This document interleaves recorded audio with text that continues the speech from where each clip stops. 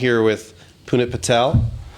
Definitely have experience that I think you're all going to want to hear about in regards especially to selling in this market, not leaving money on the table, or if you're a buyer, and he works with a lot of buyers as well, how do you get a good deal? So we're going to go through that today a little bit. I want people to know about your path, your history. I think it's pretty fascinating to be a real estate agent professional, one with Engel & Volkers, National Association of Realtors. You started in finance. Yes. I actually did my undergrad at USF where I studied finance. For the longest time, I thought, I was either going to be in some sort of stock trading or maybe as a financial advisor. So I had the opportunity to move out to Orlando and become a financial advisor actually for 2 years before I realized, maybe it's not a young man's game because, who's really taking financial advice from someone who doesn't really have any money? So, I kind of decided to go in a different path, and I moved back to Tampa, and I started with the mergers and acquisitions company, where we were basically brokering businesses for small business owners. And that's where I got my real estate license, since the state of Florida kind of requires you to have a license if you're, involved in the sale of a business that also owns real estate. And then about a year after that, that company, they started kind of having a down trajectory on their revenue. So they laid me off. And honestly, one of the best things that ever happened to me, I started looking into, using my real estate license, since I was pretty excited about that. And but I also didn't want to stray away from the investment side of things, because I'm totally a numbers guy. I always wanted to be into the investment side of things. And that's where I started at my last brokerage, where, I had the pleasure of serving all my clients in I want to say somewhere about 250 transactions while I was there. That's great. Yeah. So, that was kind of my transition and that experience. I know you were asking me earlier about, what real estate podcasts and things that I listen to, but honestly, I listen to a lot of podcasts, but not really so much in real estate. All of my knowledge is really just from all the experience that I've had. So, it's been really great. And then obviously coming to Engel & Volkers and being a part of such a cool brand and such a prestigious brand, I think I'm really excited about what the future holds now that I'm here. For sure. Yeah. And we're glad to have you. And you've been here, you're coming up on this your 1 year anniversary. I think I passed a year actually, which is awesome. That's fantastic. Yeah. We met many years ago, I think, just on the street. Yeah. We were out doing a deal, right? Yes, and we had a kind of mutual client, and that's when I knew. I was like, you know what? I worked with a lot of realtors at my previous brokerage, but you were definitely someone that stood out to me with, how you held yourself and how professional you were. And that's kind of what led me to think about Engel & Volkers when I left my previous brokerage. I was like, you know what? Matt, and then obviously Zach as well, that I met, I was like, these guys obviously are doing big things, so I think I want to be working with them. So glad to have you. And you bring that unique education, career path that is financial first. I think it's pretty rare in a lot of real estate agents. I certainly didn't have that myself. I definitely had to learn through experience. Probably took me longer than it's taken you. You've really gotten to the top really quickly in your game. I want to commend you for that. Serving hundreds of clients after a few years getting to know the business, and now working with Engel & Volkers. Today, you list properties, you sell properties for those sellers, and you work with investors who want to acquire. Yes. For investment. That's sort of your passion. Yes. Tell us about, the number one thing that you think that financial education and experience brings to your investor clients. Yeah, so honestly, it's really just a numbers game. Most investors, they have an idea of what kind of profit margin they're looking for. And the more understanding you have about each piece of the transaction, all the different costs and the time that goes into each investment, really helps you look at what is the real profit at the end of the day for the investor, right? Because anybody can sell a property and say, hey, this is a great deal. But what does that really mean? What is a good deal? And I think most investors have an idea of, what they're looking for in terms of a profit. Everyone's formula is a little bit different at the end of the day, but I would say coming from a finance background, really understanding the numbers is kind of how I've gotten ahead in this business, and I think the unique value proposition I have for the clients that I work with. For sure. You're providing knowledge and brokering to them in a professional way, ensuring their investment is secure. They're going to get what they're looking out of it, or to get out of it. And I know that because a lot of people may not know this, but Punit's clients return in numbers that are fairly above what I would expect reasonable. Almost 2/3 of your transactions are from repeat clients. Yes. Yeah, and honestly, I like to work with people who respect, obviously, the knowledge and experience I bring to the table, but also, when they know there's a good deal on the table, they know how to execute and move forward with the deal. So I think that's definitely an important quality, but in general, I would just attribute the repeat business to my clients being happy with their returns. And yeah, obviously coming from an investment perspective, I'm also an investor myself. So, I always try to look at what is this investor seeing versus, just trying to sell a deal and make a commission, which I would say is just not the right way to look at things.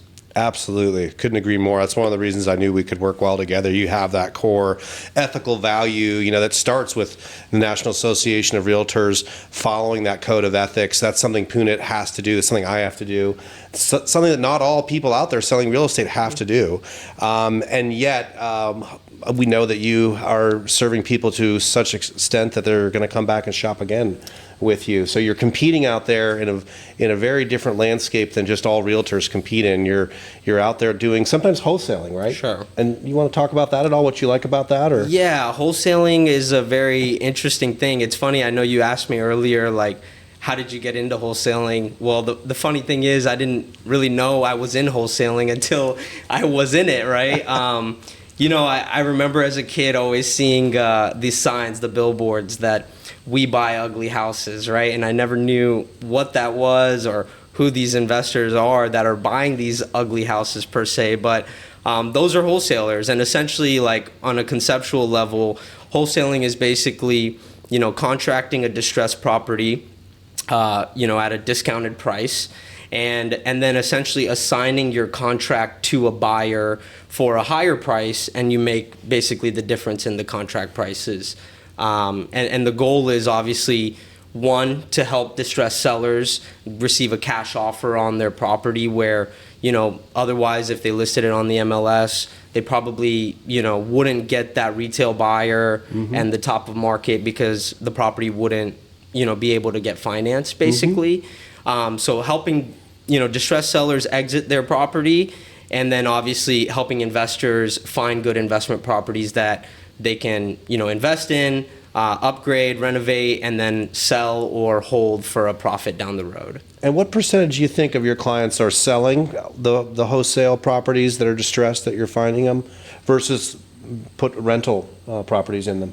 So you mean like flipping versus holding and buying and holding? Excellent. Yeah, that's a good question. I would say maybe 50-50. I would say right now, me personally, I'm definitely in the market for buy and holds, just because the market is a little bit uneasy, and flipping is definitely risky in a market, like the conditions that we're in. It's a little unpredictable with rates and where they've gone, but that being said, I mean, I'm still working with plenty of investors that we've been able to find deals with a lot of equity in them. So I would say, it's 50-50, but me personally, I'm definitely a buyer for, I would say both, but right now, like, I just purchased my first duplex 2 months ago, and I don't know, I'm hoping to at least have one more just for the tax benefits by the end of the year. Yeah. Excellent. So do you still advise in this market to keep investing in real estate?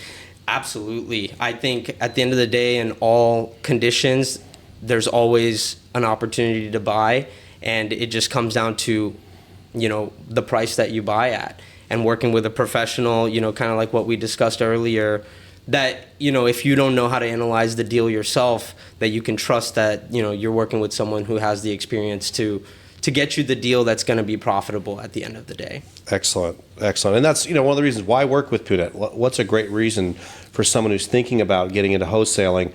because I think there's a lot of definitely podcasts and thought leaders who are going to say, oh, you don't need it to do this. You don't need to have any money. You don't need to have an agent. Who knows what they're telling them they don't need to have, that they can get into the game too. Sure. But one of the things that you think that you make sure first-time wholesale or investment buyers need to know about you? Yeah, I mean, I would say, it's very uncommon for a wholesaler to also be licensed. And because I kind of entered the business as an agent first, I kind of always think about, how am I representing this buyer, or what is the product that I'm selling? I would say wholesaling definitely tends to have a negative perception of it, where, wholesalers have a tendency to not disclose very important information, and that ends up burning buyers a lot of times because the wholesalers don't necessarily have like a fiduciary duty to represent the buyer. And obviously they're just looking to make the biggest fee, right? But from my perspective, I'm always looking to build long-term relationships. And the only way to do that is to not be greedy, but to always make sure that you're providing the best product for your clients. So that's definitely something I would say that sets me apart from other wholesalers.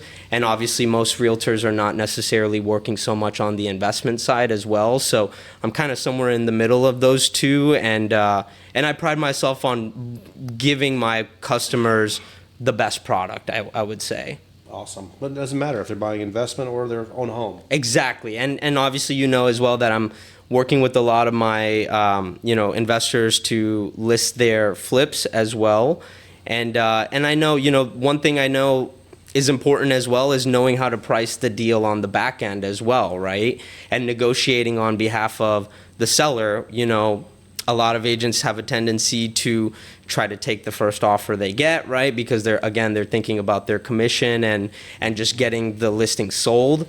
And I just don't care about that. At the end of the day, if I do a good job, then I think the money will come. But it's more important to bring a result to the client that they're proud of as well. Excellent. Yes. Excellent. Then you've done right by them. Yes. Right for the customer, right for the brand of the Engel Volkers, Punit Patel, in St. Pete, all over the Bay Area. Let's just ask one more quick question if we could. Your future goals in real estate. I think you've had an incredible career in your first 5 years and helped hundreds of people, again, to invest or buy their primary residence, maybe even sell it. So if you're talking to someone who's thinking about coming to Tampa Bay and you're going to work with them in the future, what other things are you also working on people might not know about you? So yeah, I mean, I'm definitely focused on building my rental portfolio.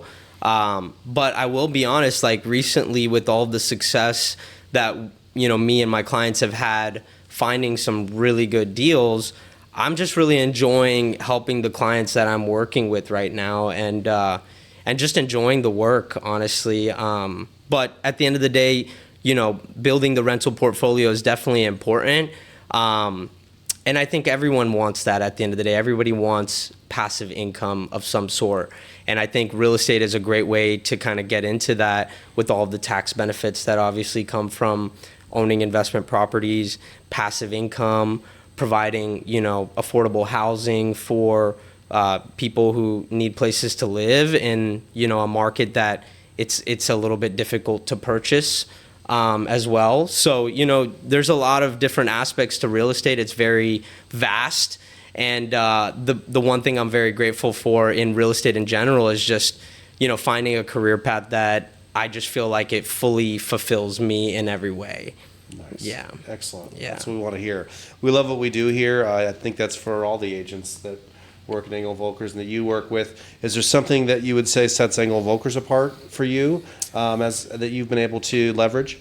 Yeah, I mean, Engel and Volkers is just such a, I hate to say the word cool, but it's a very cool brand, right? Because of everything we encompass.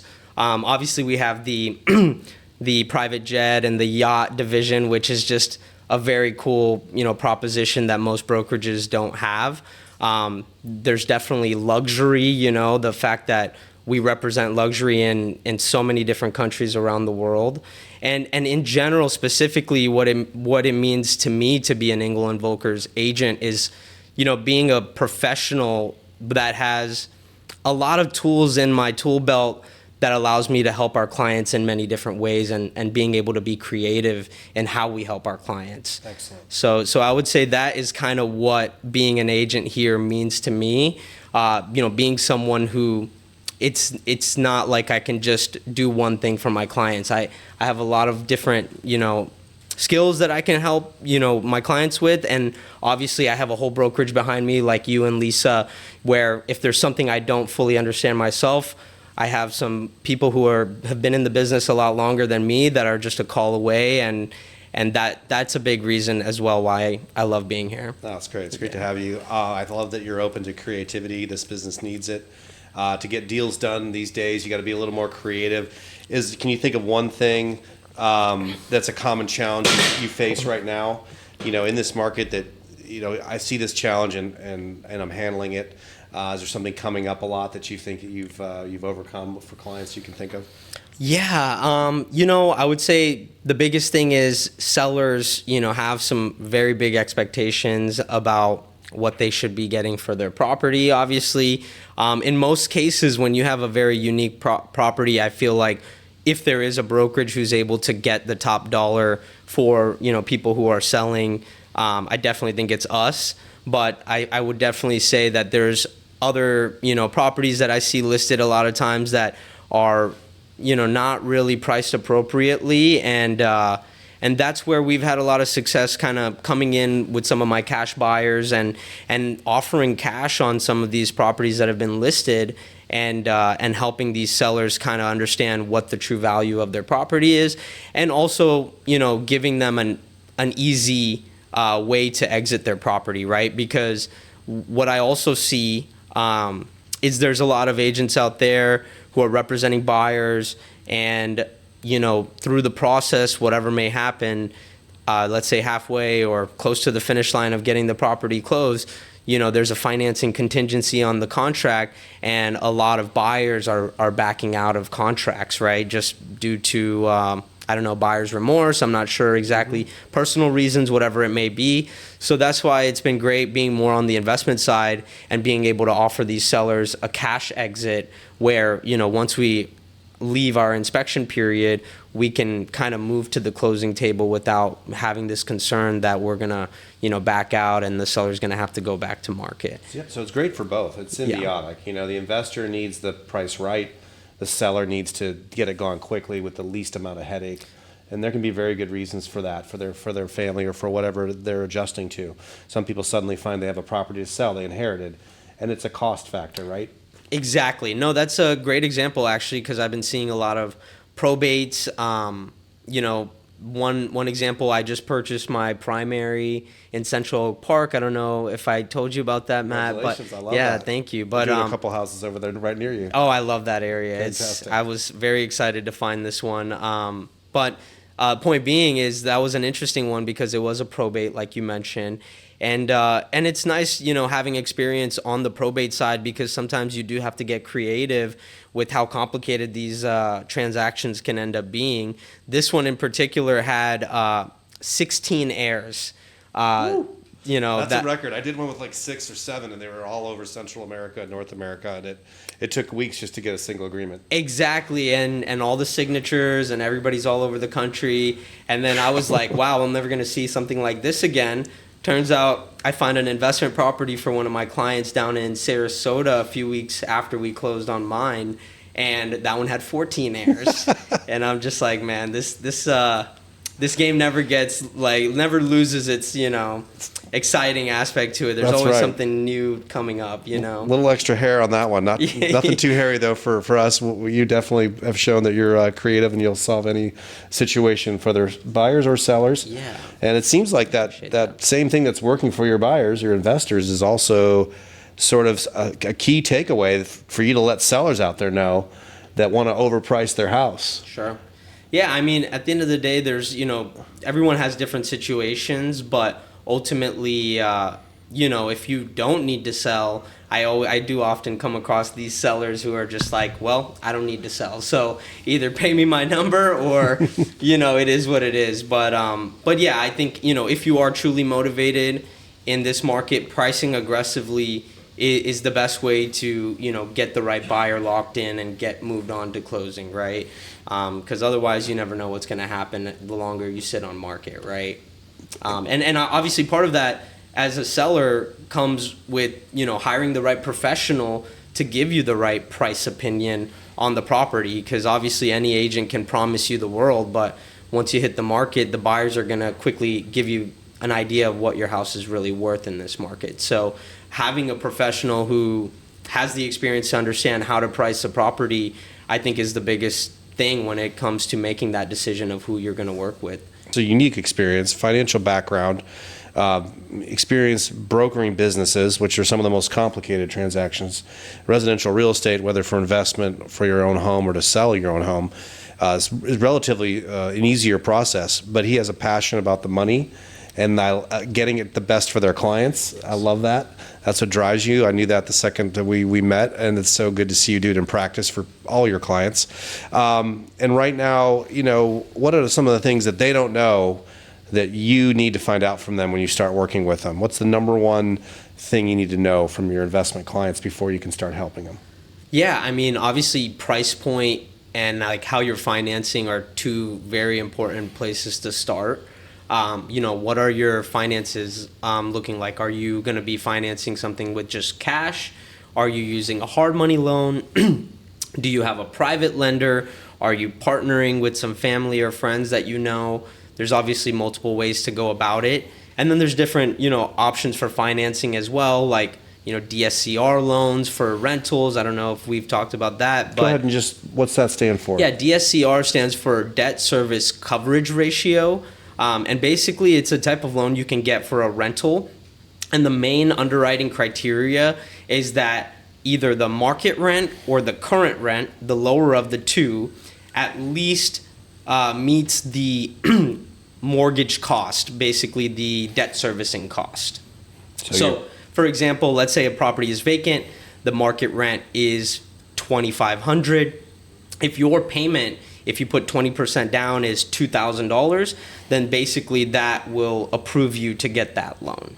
Because you're 2.5 times that payment. Yes, versus obviously you do a bank loan, they're going to be looking for your financials, your tax returns, they're going to ask for everything, which, and then they're going to scrutinize that, and if anything looks a little off about it, then they won't approve the loan. So this is a way to kind of buy investment properties that can cash flow using a very cool product that I highly recommend to people. That's actually what I use for my rental that I bought in Bradenton 2 months ago. Great. So you have a formula and you have a system that you run it through to make sure it meets the criteria for that client. 100%. Yeah. So that's one example. But ultimately, yeah, like how you're financing and then what price point are you looking to purchase within? And then I guess the last question would be, what kind of profit are you looking for? There's some investors that look for a percentage, and then others that are just looking for a straight dollar amount of how much they want to turn around in a certain time period. So everyone kind of differs in that way. And you can work with both? Yeah, absolutely, because it's all, again, just numbers. So you can have your spreadsheet and, plug in the numbers and within reason kind of get your idea of what your profit margin is looking like on. That's fantastic. So you do an investment consultation, essentially, is what I'm hearing. Yes. You're going to modify your approach, what you're looking at, of course, based upon their individual needs. And that's something we do here in the downtown shop, right? Yes, exactly. And in the beach shop as well. Got 2 locations. Yes, exactly. So, honestly, really just comes down to the investor and what they're looking for at the end of the day. But yeah, I mean, I just want to also mention that it is a very competitive market. As easy as it may sound, investing in real estate is really not for the faint-hearted, and especially in a very competitive market like Tampa Bay. There's people moving here from all over the country looking to get a piece of the real estate market over here, and if you're not working with the right professional, I mean, I've seen it timeless amounts of times where ultimately someone who maybe doesn't have as much experience comes in, they invest in a property, and then they underestimate the rehab, or they overestimate the after repair value, which I don't know if that's something we've touched on yet, but when it comes to flipping, typically what investors are looking for is what is my back end sale price based on the comps, obviously, right? So yeah, the numbers are very important, but if you're not working with the right professional, you might get sold on a higher ARV, or the one thing I see all the time, especially from wholesalers, like I mentioned, where you have a full rehab where it needs a new roof, it needs new windows, new AC, electrical, drywall, all of it. And, somebody calls it a $30,000 rehab. And it's funny, but at the same time, it's unfortunate because, I always wonder, is somebody buying this deal? And if they are, it kind of concerns me because, this is a lot of times people's life savings. And if this deal goes south, it doesn't really have great implications for these families. So that's why I really think it is important, whether you're extremely advanced and a savvy investor, or someone who kind of has your day job and your career path, but you have your savings that you want to invest. I think it's really important to have a professional that's going to guide you through the transaction and really represent you. Absolutely. I think that's why your clients are coming back to you, because you're ensuring that the outcome is what they expected. Yes. It's not just, can I get you into real estate? Lots of people can write a contract. Lots of people can get under contract. Can you close on the property that you need in order to make the return that you so desperately seek? And that's what you're delivering. Yes, 100%. And that's what I really like about this kind of unique approach that I've had in the last year, of kind of taking advantage of the fact that I'm a licensed agent, but also have all of this wholesale experience and understanding how to underwrite the deal. So kind of taking that experience and then pairing it with the fact that I'm an agent, it's been great. I honestly think that this strategy, I feel more fulfilled going this route, and really taking care of the client at the end of the day. And that's what's most important versus, a wholesaler's goal, which, no knock to it. It's a great business. And there's some people who are doing it very well on a high level, but ultimately their goal is to just do volume, which means doing the most deals for the biggest fees and just moving the deal. And once the deal is closed, they don't really have to answer to the buyer. They don't really have to answer to the seller if the seller has issues with how the transaction went, or if the buyer has issues with how the transaction went. It's kind of like, hey, this is your deal now, not my problem, right? And I just walked away with my fee, which I don't know. I just don't really like that approach. But again, there are some wholesalers out there that do a good job with their numbers, so I don't want to completely bash the whole industry. Right.